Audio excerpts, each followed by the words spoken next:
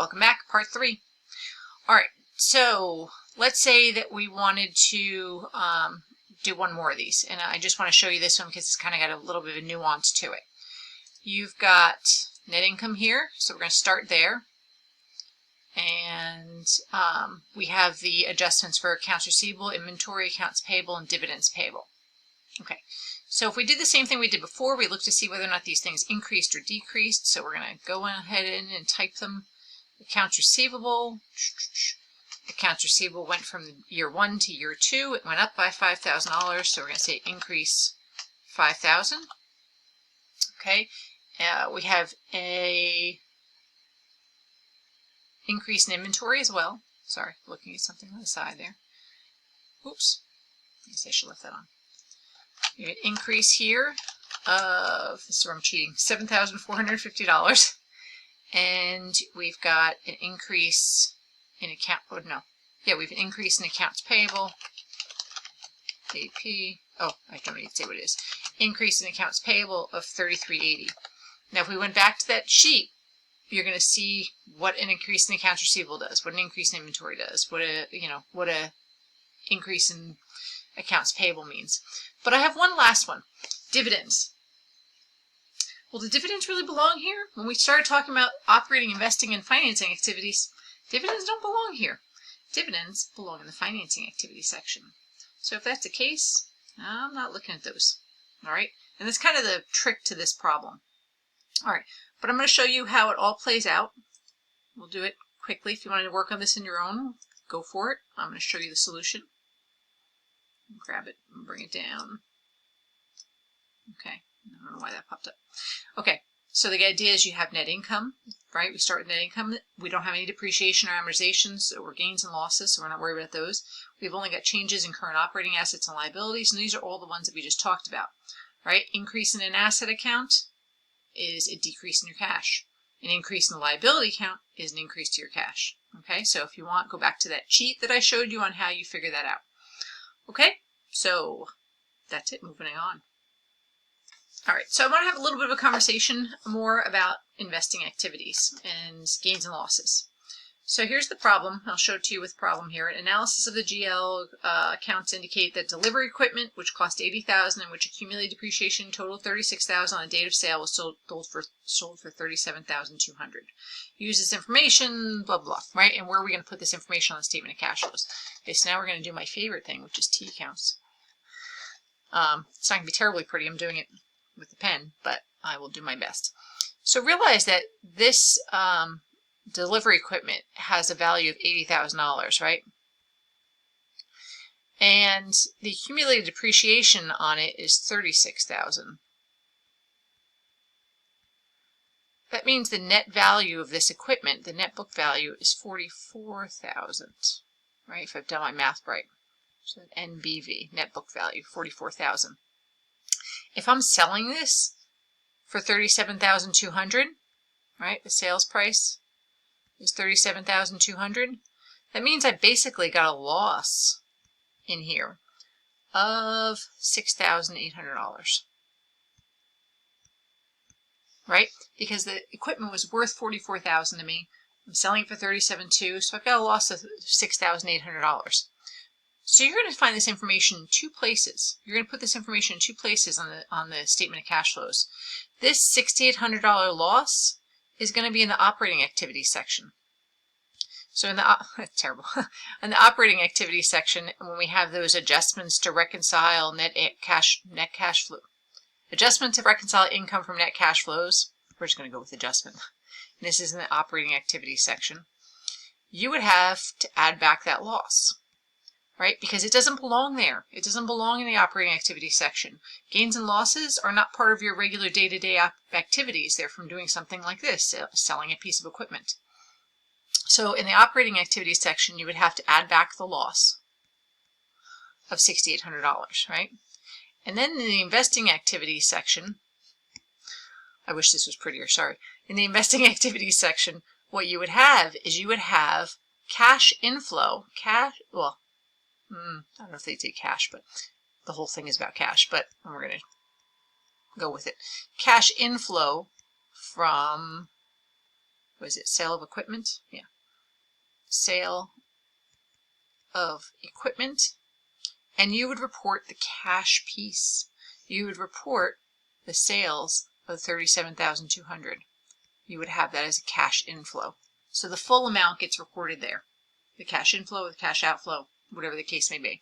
Okay, so if you have a sale on something, if you're selling a piece of equipment, you've got a gain or loss, you've got to deal with it in two places. In the operating activity section, where you negate the gain or loss, meaning you add back losses, you subtract gains. And then you have to report it in the investing activity section as what it is. Okay, I hope that makes sense. All right, let's move it along. I have one big example to do for you guys, okay? And it's kind of the last thing that we're going to work on. I do have at the very end here, I told you I was going to, in one of the previous ones, schedule of non-cash investing and financing activities, just to kind of give you that rundown that you have to, if there's non-cash events that are important, significant, you have to report them. Okay, so there's a lot going on here. So this is kind of our overall comprehensive problem. It might take us into the next video. We'll see how that plays out. All right, so we've got year 1 and we've got year 2 here. All right, I'm going to pause this for a second because I'm going to try to get some solutions set up for it. Okay, so I have it all set up on screen. Let's hope this works out. We'll see. Okay, we have a side-by-side. We've got 21 here, or 20-something year 1 and year 2, right? This is last year, this is the current year. And we've got some additional information here. Land was sold, equipment acquired for cash, blah, blah, blah, blah, blah, right? We've got a bunch of information here. But what we really need to start with, and we know this, we need to start with net income, right? That's where we always start. Oops, I'm going to cut off a little bit. All right, we need to start with net income. Oh, I don't like that. Okay. So we start with cash flows from, well, in the operating activity section. So we've got cash flows from operating activities, and from there we add net income. And I'm a little bit off screen here. There we go. We've got net income, which is $62. So we grabbed that from, there was a $62 credit to retained earnings for net income. They tell us that. I can't tell you how many students miss that. And are like, where's net income? There it is. Okay, you got to read the A, B, C, D, E, and F to get through this. All right, so now that we have our net income number, our next piece is to start dealing with the adjustments. Adjustments to reconcile net income to net cash flow from operating activities. All right, and this is where we start dealing with our depreciations and any amortization and any gains or losses. So looking at this, we can see our depreciation went from $42 to $68, our accumulated depreciation on our balance sheet. So what does that mean? That means we must have added our journal entry should have been debit depreciation expense, credit accumulated depreciation for the difference between these two, 68 to 42. What is that? $24. I mean, it's probably thousands, but that's going to be our first reconciling item, is to add back that depreciation. What did I say? 24, 26. Bad math in my head. Okay, so we've got depreciation of 26. That's going to be an add back. Ooh, didn't like that. Okay, so our next thing is we're adding back depreciation. Okay, so we're good so far. Now there's one, so we got that because that's the difference between these two numbers here. Now, the next thing is gains and losses, right? Subtract any gains, add any losses. Well, how do we even know if we had gains or losses? So you're going to have to look down here for these guys. Okay, so we sold some land for $120. Okay. How much did our land account change, though? Our land account went from $330 to $250, right? So let's subtract that. Pull out the trusty calculator here, which the accountant always has next to them. 330 minus 250. It looks like our land, can you see that, went down by $80. So that says to me the land was worth $80 to us. We then sold it for $120, which means we've got a $40 gain in there. Okay, you got that? The land was worth $80. Oops, there we go. Because it went down by $80. That was the book value of the land for us. And we sold it for $120, as you can see here, which means we must have had a $40 gain. Well, we have to subtract any gains and add back any losses. So, there we go. We have just, I don't like it when it does that. We have to subtract any gain. Okay. There were no disposable equipment during the year, so we're not even worried about that. No gains and losses on equipment. And those are our only assets, the land and equipment, long-term assets. Okay. So now we have those down. Now it's time for our favorite section, changes in current operating assets and liabilities. Oh, I hate that. Sorry, maybe when it gets smaller it won't do that so much. All right, changes in current operating assets and liabilities. Okay, so now we have to look at each of these. We've got to look at the change in receivables, change in inventories, and change in accounts payable. We don't look at the change in dividends payable because that's not for now. That's for the financing activity section. So if we look at these, we can see accounts receivables went from 49 to 55. So really they went up by 6. So let's see if I can type that in there and it not be ginormous. It's probably going to be ginormous. You know what? I'll do it with a pen. Boop. Okay, so this went up, ooh, terrible, by 6. That increased by 6 from one year to the next, right? Inventories also went up by 18. Okay, so those are 2 of them. And the other one is accounts payable. Accounts payable, I'm not going to do that in my head. 51 minus 37. Accounts payable went up by 14. So everything went up, but it's going to be about what it is as to how we treat it. All right, so if assets go up, if you went back to that sheet, if an asset goes up, it's going to be a decrease. Right? Inventory went up, there's a decrease to our cash. Increase in accounts payable means it goes down because it's a liability. All right, so now if we add all these guys together, we have the so annoying. Net cash flows from operating activities being 38, right? Because you can add all of these pieces and subtract them together to come to the net cash flows from operating activities. Okay, so as far as I'm concerned, that's the hardest one. But we have to talk about investing and financing because we really haven't gone through one of those sections in any level of detail yet. All right, so here we go. Let's look at, we're moving on next, cash flows from investing activities. All right, sorry, I wish I could fix that. All right, cash flows from investing activities. So if we think about investing activities, those are the items we sold, right? And we already know we sold land, so that's going to be a cash inflow for land, and we're going to record it for the full 120 because that's how much cash came in. And we usually typically start off with inflows. So here we go. Ooh, cash received from sale of land, 120. The other piece, let's see. There's got to be something else in there. That's an investment. Okay, so if we take a look, I'm going to click on this. It's going to go crazy again. There we go. That's got to fix that for the next time. All right. So we've got land, right? We took care of that difference there. And it looks like we bought some equipment. So if we bought equipment, right, the difference from last year to this year is 30, 175 to 205. It says equipment was acquired for cash. Well, that's a cash outflow. Okay? So we've got a cash paid for the purchase of equipment of $30. So our net investing activities was 90, right? 120 in, 30 went out, 90. That's it for that section. So now we look at the last one, cash flows from financing activities. Again, this is going to jump. Maybe if I do this.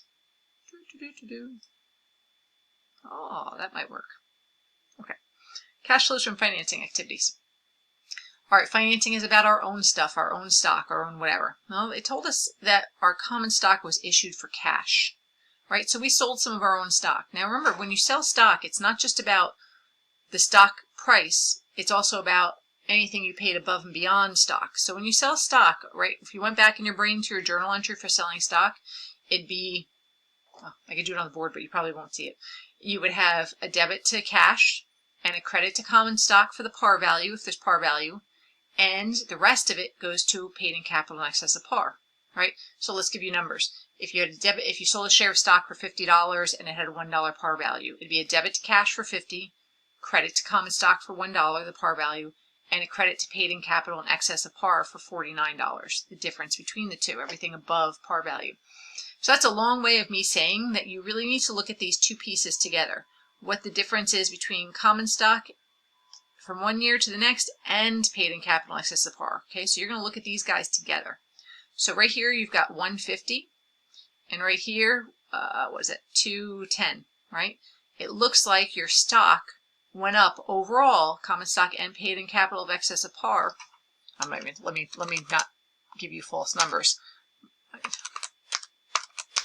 The difference is 60, all right? Your stock went up by 60. So that means you sold 60 of stock. Cash received from sale of common stock, 60. Oh, it did work. Okay. The other thing it tells you is that we paid some dividends right down here. Sorry, there's $24 can't, there we go. $24 debit to retained earnings for cash dividends declared. Well, that's cash dividends declared. It does not say that's cash dividends paid. I wonder if I can draw on here. Let's see. Well, I can draw on this. I know I can, right? So let's take a second and let's look at dividends payable. Dividends payable. Okay, it looks like you had no dividends payable here, and now you've got 5, right? So you started off with no dividends, and now you have 5. But during the year, $24 of dividends were declared. So that means you had 24 in here at one point. But you still have 5. At the end of the year, it tells you you still have 5 left over, which means you didn't pay out all of the dividends you declared. That means the actual dividends that got paid out were $19. Okay, you follow that? Dividends declared is not dividends paid. We want to know how much cash has been paid out for dividends. So if that's the case, boy, I hope my numbers are right. There we go. Cash paid for dividends, a $19 outflow. All right.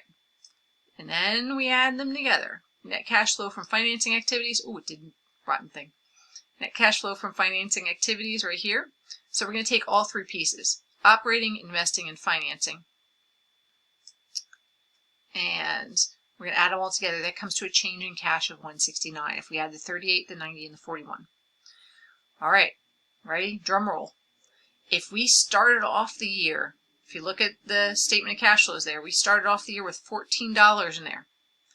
And we have just calculated the overall change in cash to be 169. So at the end of the year, my cash should be 183, which it is. Ooh, rotten thing. All right. The idea is that we started off with this. We started off with 14. We added the change in cash from the entire year. This whole statement is a reconciliation of the cash amount. So 169 plus the 14 gives me the end of the year cash of 183. They have to match. If they don't match, you did something wrong. You have to redo it. That's what it comes down to. Okay, so I hope this was really helpful to you when you go through your problems on your own. I think that's it for our slides, right? I only give the one last piece. Good luck. All right, enjoy your homework.